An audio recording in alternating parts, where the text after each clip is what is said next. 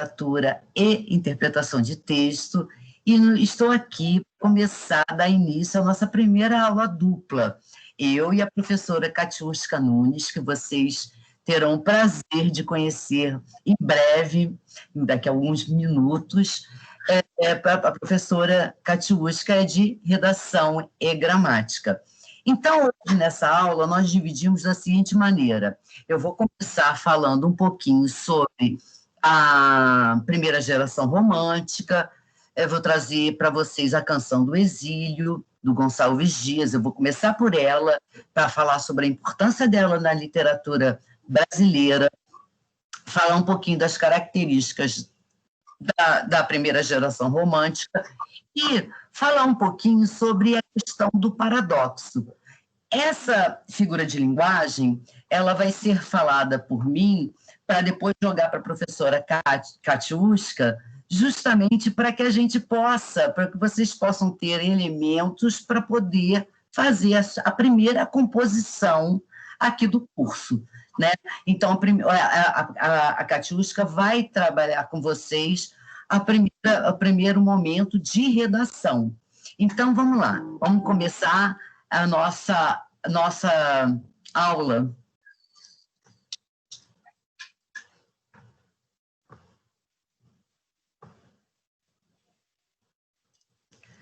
Só um minutinho para a gente poder trazer os slides para vocês.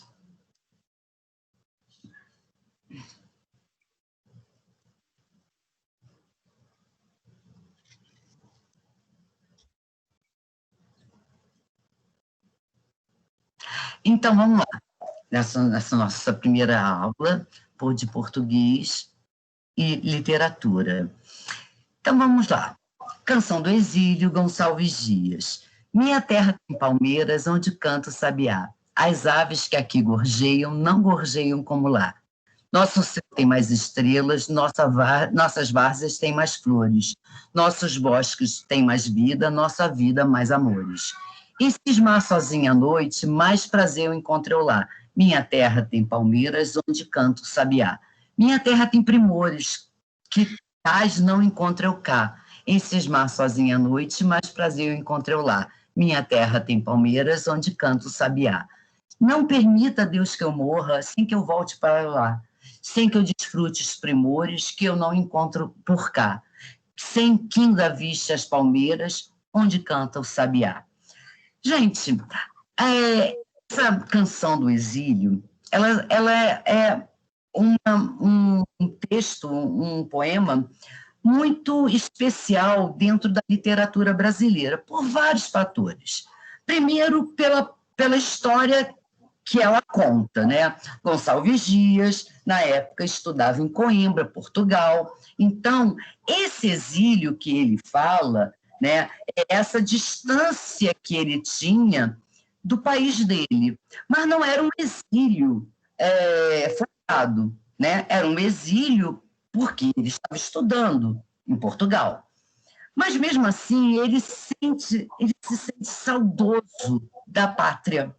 Ele se sente saudoso porque essa questão da saudade, do saudosismo, também é uma característica muito marcante na primeira geração romântica. Outra coisa interessante a respeito da Canção do Exílio é o fato dela ser a primeira construção da literatura brasileira cuja prosódia é especificamente do português falado no Brasil. Existe estudo, inclusive, que dão conta de dizer que esse poema é recitado por um português que não seja o português do Brasil, tá? Ele perde totalmente a graça, perde totalmente essa ginga, essa sonoridade, essa maneira cantada que nós temos de falar, né? Então, é destacar as palavras, né? Minha terra tem palmeiras, onde canta o sabiá. Então, essa Canção do Exílio, ela é ele é um poema extremamente representativo da literatura brasileira. E, coincidentemente, ou melhor, não por coincidência, ele está dentro da primeira geração romântica, cuja característica principal é construir uma nacionalidade para o brasileiro. Ou seja, nós estávamos no período em que o Brasil estava desejando muito a independência de Portugal. E havia muitas pressões para que nós nos tornássemos um país independente. Mas, para isso, era preciso que todo o povo comprasse essa ideia de ter aqui um sentimento de nação. E como é que foi construído esse sentimento de nação? Por duas vertentes. Uma, a partir do índio, que seria o primeiro habitante do Brasil, né? Um índio que seria um índio muito valoroso, forte, altivo, sempre integrado à natureza, preservando essa natureza, né? Estando presente o tempo todo ao redor dessa natureza, e a própria natureza, essa natureza exuberante, diversa que o Brasil tem. Né? Então, essas duas vertentes, a natureza exuberante e esse índio valoroso, foram usados na primeira geração romântica para construir essa identidade nacional. Então, o que nós temos aqui? Nós temos essa canção do exílio, que marca a abertura dessa primeira geração, que vai trazer essa ideia de uma nacionalidade, né, do brasileiro. Então, a partir da valorização do índio e da natureza, nós iríamos valorizar todo o brasileiro, né, todos os brasileiros. Ou seja, os brasileiros se reconheceriam como valorosos, por conta do índio, e diversos, por conta da natureza. Então, vamos lá, vamos dar uma olhada aqui em algumas características da primeira geração romântica. Bom, natureza mais real e muito mais valorizada. Religiosidade. A figura do índio ou indianismo. A primeira geração romântica é conhecida como nacionalista ou indianista. Sentimentalismo e subjetivismo, nacionalismo e ufanismo. O nacionalismo, como eu falei, era a tentativa de criar uma identidade nacional. O ufanismo, ele entra, por quê? Quando você cria essa identidade nacional, você supervaloriza as coisas nacionais. Então, o ufanismo entrava nisso. Ou seja, tudo no Brasil seria melhor do que em qualquer outro lugar. Um vocabulário e sintaxes mais brasileiros, a prosódia mais próxima à brasileira. E como eu falei, a canção do exílio, ela tem essa característica marcante de trazer a prosódia, o jeito de falar da gente, né, de nós brasileiros. O predomínio da emoção, que é uma característica pontual do romantismo, maior liberdade formal, que também é uma característica pontual do romantismo, valorização da cultura popular, exaltação da natureza, da pátria e do índio. Bom, como eu disse, eu vou falar um pouquinho sobre o paradoxo, né, para poder passar para a professora Catiúcia. Então, vamos lá. O paradoxo e a antítese são figuras de linguagem que trabalham com a oposição, uma figura de pensamento que trabalha com a oposição. Só que o paradoxo e a antítese, eles acabam se distinguindo. O paradoxo, ele emprega ideias opostas, assim como a antítese. Porém, no paradoxo, ocorre que essa oposição, ela acontece entre o mesmo referente do discurso. Então, vou dar um exemplo. Dormir e acordar está difícil. Isso é uma antítese. Quer dizer, tanto dormir quanto acordar são coisas que acontecem em tempos diferentes, está difícil. Quando eu digo estou dormindo acordado, são duas ideias opostas, mas que estão acontecendo ao mesmo tempo. Ou seja, está trabalhando com o mesmo referente do discurso. Porém, né, quando eu junto essas ideias opostas, dormindo acordado, eu crio uma outra ideia. E isso é paradoxo. Né? Então, na segunda frase, a união dos termos contrários gerou um significado metafórico coerente à expressão dormir acordado. Quer dizer, uma ideia. O enunciado significa que a pessoa está acordada, entretanto, com muito sono. Bom, gente, então tá aí, né? Eu vou passar para a professora Catiusca, que nesse momento vai trabalhar com vocês algumas figuras de linguagem e trabalhar com vocês a primeira proposta de redação. Então, vou passar aí, beijo para todos, tá? Então, estou me despedindo agora e passando para a Catiusca. Vai daí, Catiusca. Oi, Kátia, boa noite. Boa noite a todos, tudo bem? Vamos só compartilhar aqui a tela. Tudo certo aí, Kátia? Tá vendo? Tá conseguindo visualizar? Não. Não? Agora sim, estou conseguindo. Isso, ótimo. Tá tudo ok, qualquer coisa você me avisa aí, tá? Olha. Então, vamos lá, gente. Nós vamos começar hoje com as funções da linguagem. Especificamente, nós vamos trabalhar a referencial e a poética, tá? Hoje, só porque eu também quero tratá-lo diretamente com o tema da dissertação. Então, posteriormente, nós veremos as outras funções da linguagem, tá? Então, hoje nós vamos tratar da função referencial ou denotativa, tá? É quando o objetivo da mensagem é a transmissão de informação sobre a realidade ou sobre um elemento a ser designado. É quando o referente é posto em destaque. A função do texto referencial é informar. Então, são exemplos de textos referenciais, né? Como a função referencial. Nós temos lá os textos jornalísticos, científicos e didáticos. Daí eu coloquei esse texto 1, depois vocês vão entender o porquê do texto 1 e o texto 2.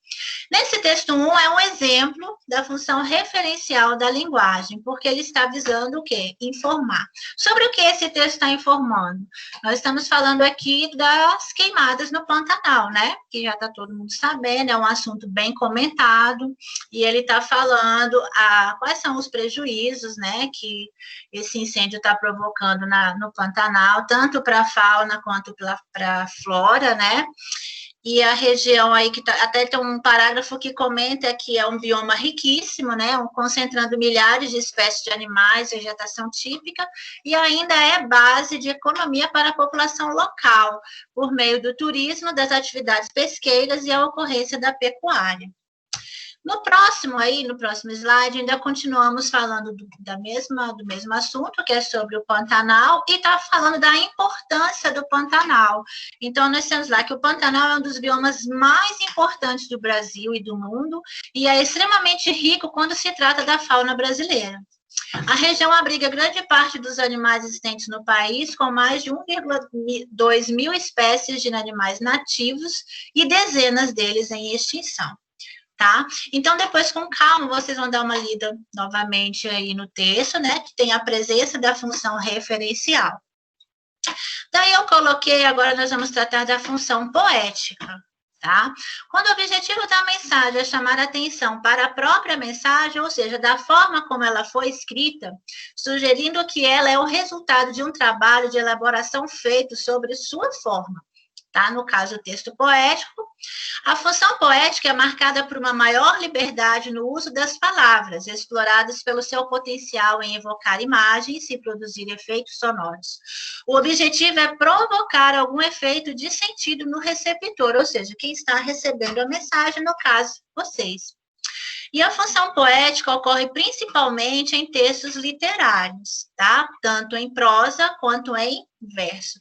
Então, vamos ver o exemplo aí da função poética. Eu peguei o mesmo exemplo que a professora Kátia colocou, da Canção do Exílio, tá? Que vocês podem observar que a linguagem é bem trabalhada, nós usamos as figuras de linguagem também, né? Os recursos de estilo, e também uma maior elaboração das das palavras, né? Então, minha terra tem palmeiras, onde canta o sabiá, as aves que aqui gorjeiam, não gorjeiam como lá. Então, vocês podem ver os efeitos sonoros também na palavra gorjeiam, na palavra gorjeiam lá embaixo, e a repetição, né?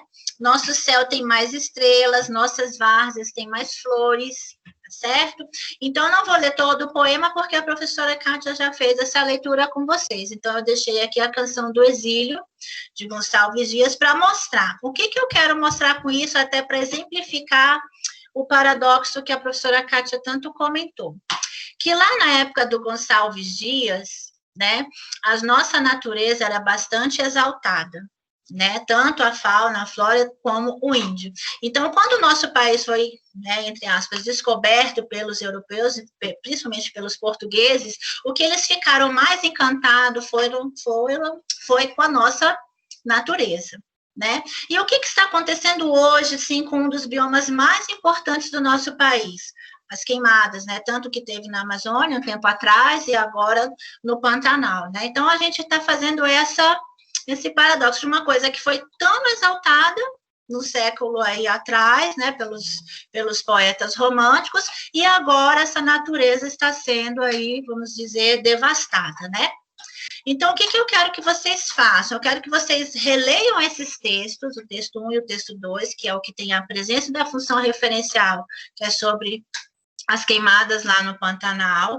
Releiam também a Canção do Exílio, para que vocês possam elaborar o texto dissertativo argumentativo. O que é o texto dissertativo argumentativo? Ele analisa um problema. Qual é o problema que nós vamos analisar aqui? As queimadas no Pantanal, tá certo? E esse ponto de vista, vocês é quem vão dar, o ponto de vista de vocês. Com as outras aulas de redação, eu vou explicar direitinho como que é a estrutura do texto dissertativo, nós vamos aprofundar mais nisso daí, tá certo? E aí nós temos o seguinte, o texto dissertativo argumentativo é o texto que analisa um problema e, ao mesmo tempo, defende um ponto de vista. A partir da leitura dos textos motivadores, quais são esses textos? O texto 1, que tem a notícia das queimadas, e o texto 2, que é o texto poético, e com base nos conhecimentos construídos ao longo de sua formação, redige um texto dissertativo argumentativo em modalidade escrita formal da língua portuguesa sobre o tema A Importância da Preservação do Pantanal para o Brasil. Então, o tema da dissertação de vocês vai ser a importância da preservação do Pantanal para o Brasil. Como se trata de um texto dissertativo argumentativo, vocês têm que ter ideia qual é o ponto de vista que você vai defender. E eu sugiro que você já coloque esse ponto de vista de vocês logo já na introdução. Tá? Eu costumo dizer para os meus alunos que um texto dissertativo argumentativo, assim, o ideal seria uns 4 parágrafos, né? Um para a introdução, os 2 parágrafos para o desenvolvimento e o último para a conclusão, tá certo? Então, eu gostaria que vocês fizessem esse texto, até para que eu possa verificar como é que vocês estão se saindo e para a gente começar nossas aulas a partir daí. Eu espero que vocês tenham gostado da nossa apresentação. Também me despeço aqui, mando um beijão para a professora Kátia e até daqui uns dias. Um beijo para todos e boa noite.